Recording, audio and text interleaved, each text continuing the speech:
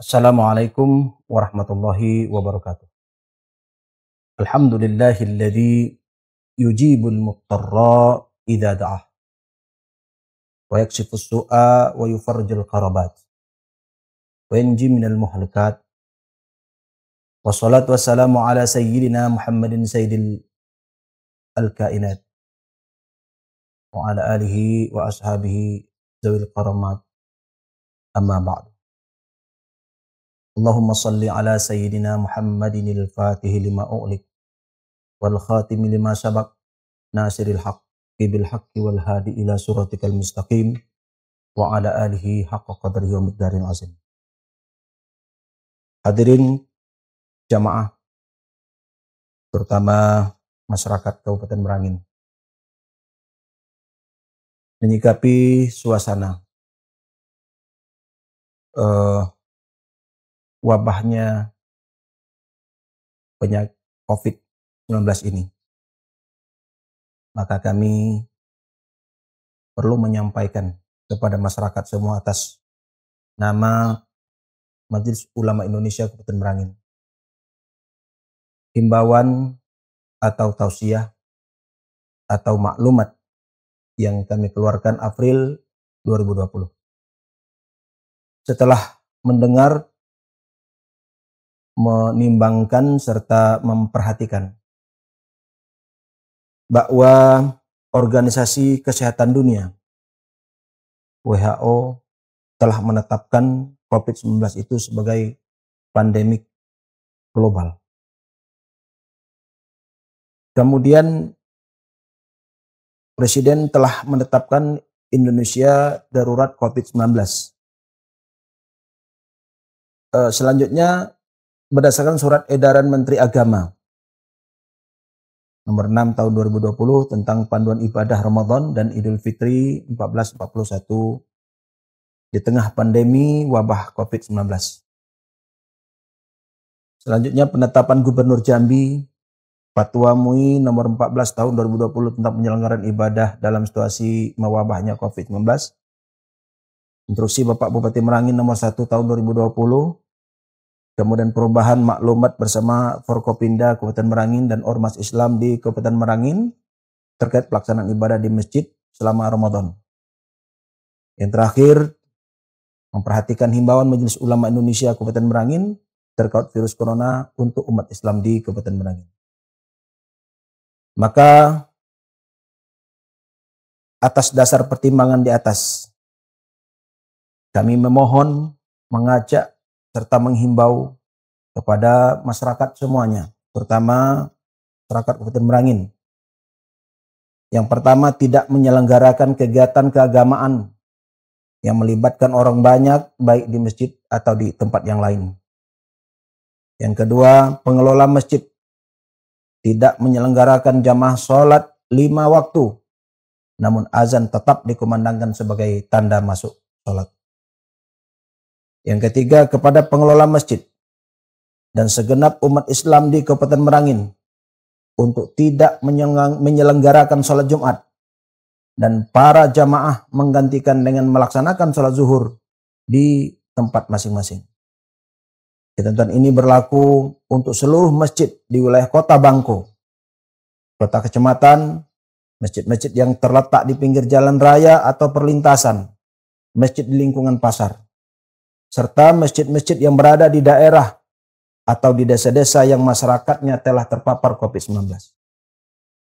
Bagi masjid-masjid yang berada di wilayah atau desa yang belum terjangkit COVID-19, selain yang disebut di poin 4, dibolehkan menunaikan sholat Jumat dengan persyaratan. Yang pertama, jamaah yang menunaikan ibadah sholat Jumat tersebut adalah jamaah tetap dan tidak tercampur dengan jamaah dari luar.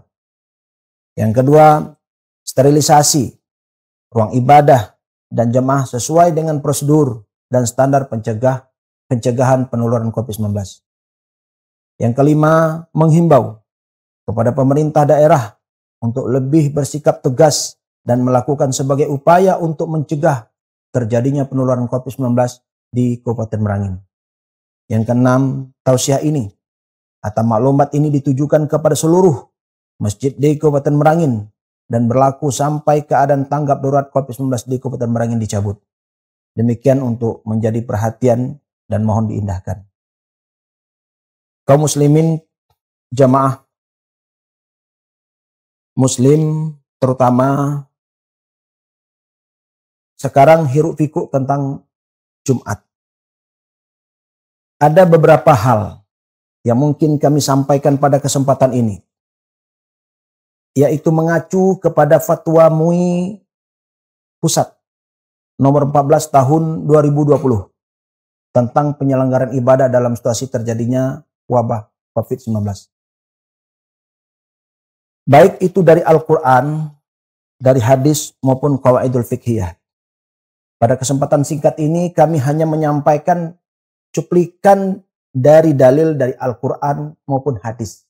Mungkin hanya satu atau dua. Pertama kita melihat dari Al-Quran. Kita periksa dalam surah Al-Anfal ayat 125. Surah Al-Anfal ayat 25. Di situ dijelaskan, wattaqu fitnatan la tusibannal ladzina zalamu minkum khassah wa'lamu annallaha syadidul iqab. Meliharalah dirimu daripada siksaan yang tidak khusus menimpa kepada orang-orang yang zalim saja di antara kamu. Dan ketahuilah bahwa Allah amat keras siksaan. Yang kedua, Al-Baqarah 195. Wala tulqu biaidikum ila tahlukah. Dan janganlah kamu menjatuhkan dirimu sendiri ke dalam kebinasaan. Dari dua ayat ini dapat kita pahami bahwa ketika penyakit atau virus corona itu tiba di sekitar kita, maka dia akan masuk ke kita. Siapapun kita. Tidak peduli kita seorang pejabat, sebagai orang rakyat biasa, orang alim, TNI, Polri, dan seterusnya. Ketika virus itu ada, lalu kemudian virus itu melengket ke kita, bisa saja virus itu masuk ke kita. Jadi oleh karena itu kita harus waspada untuk tidak terkena penyakit tersebut. Oleh karena itu Allah Subhanahu wa taala secara umum menyampaikan kita jangan buangkan, campakkan diri kita itu kepada kebinasaan. Karena virus tersebut akan merambah, akan masuk kepada siapapun. Kita melihat beberapa hadis. Salah satunya, idza sami'tum bit-ta'un bil ardin fala tadkhuluha wa idza waqa'a bi ardin wa antum biha fala takhrujuna minha. Andai kamu mendengar adanya ta'un, adanya penyakit yang mewabah di suatu daerah, fala tadkhuluha, maka kamu tidak boleh masuk ke daerah itu.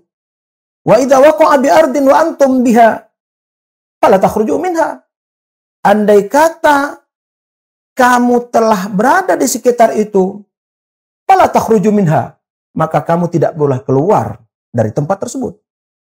Nah, inilah dasar bahwa setiap orang yang terjangkit virus corona harus diisolasi agar dapat memutuskan mata rantai virus tersebut.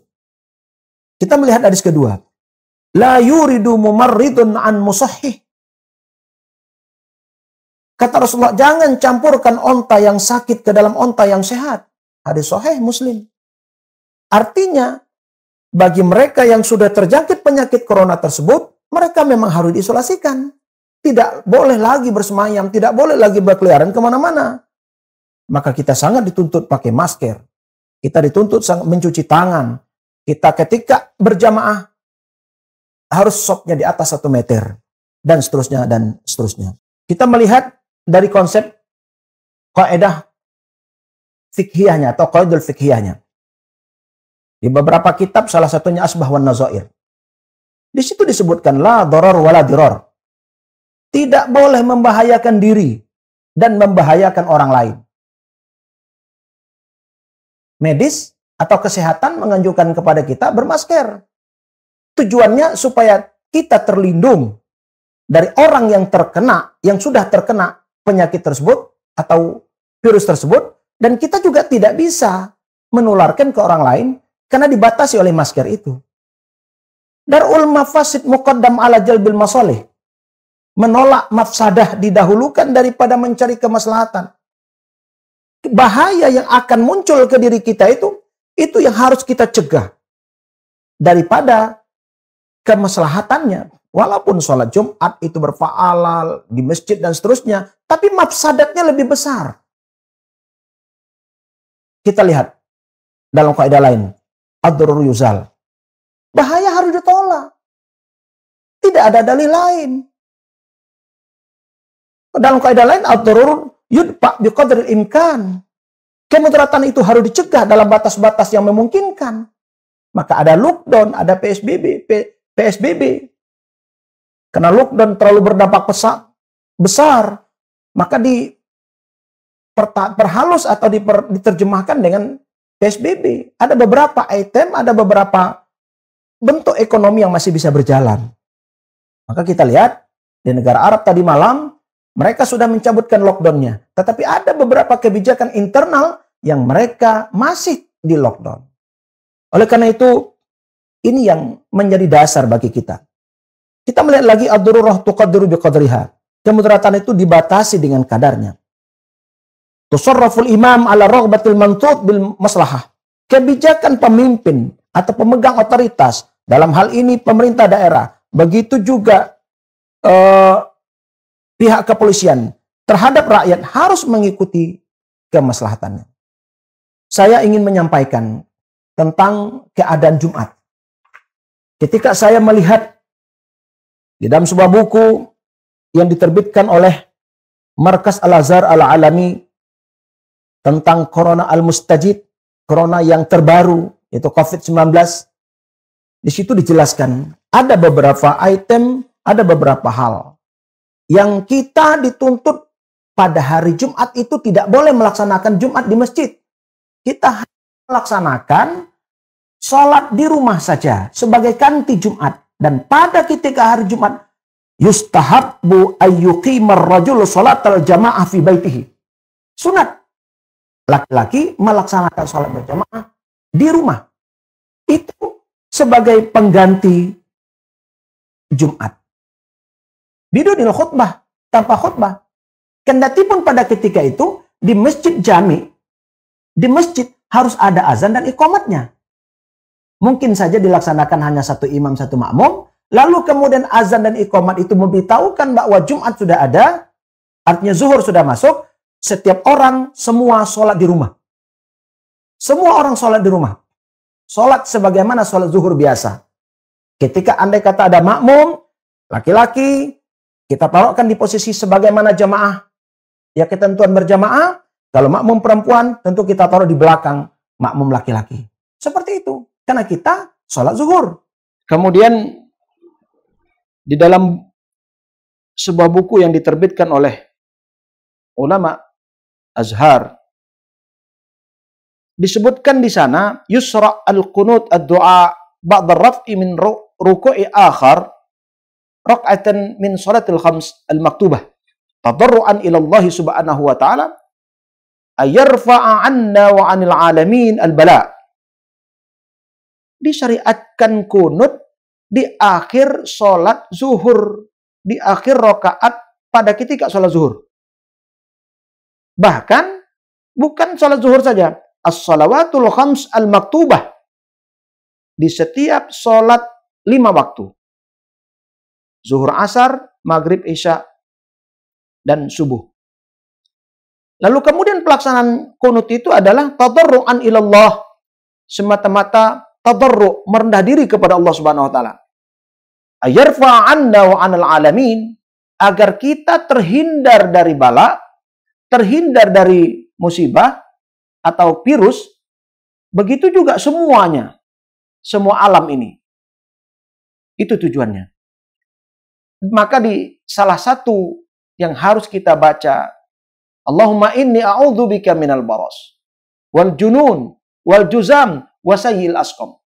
Ya Allah, saya berlindung dengan Engkau dari penyakit baros, penyakit gila, penyakit juzam, lepra, dan sayyi'il asqam, wa corona wa sayyi'il asqam, dan termasuk corona atau semua penyakit-penyakit yang mengerikan. Ada juga doa lain, Allahumma rfa'annal ghala wal waba wal riba wal zina wal zalazil wal mihan wa su'il fitan ma zahara minha wa ma batan an baladina hadha khassah wa ana syairil baladil muslimin birahmatika ya arhamar rahimin. Dan tidak menutup kemungkinan ada beberapa doa-doa lain yang perlu kita bacakan, yang intinya adalah untuk menolak dari bala. Bahkan muazzin di masjid itu dituntut menukarkan azan kita dengan kalimat hayya 'alas shalah, hayya 'alal falah. Itu malah justru MUI kota saja sudah menginstruksikan disuruh ditukar dengan hayya 'alas shalah dengan ala sallu fi rihalikum. Sementara hayya 'alal falah ditukar dengan ala sallu fi buyutikum. Yang kedua kalimat ini mengandung arti bahwa ingat, pakai ala litanbih dalam tata bahasa Arab, ingat, sholatlah kamu di tempat kamu masing-masing, di rumahmu masing-masing. Kaum muslimin, terutama masyarakat Merangin, ini sudah harus kita junjung tinggi himbauan ini, maklumat ini, tausiah ini.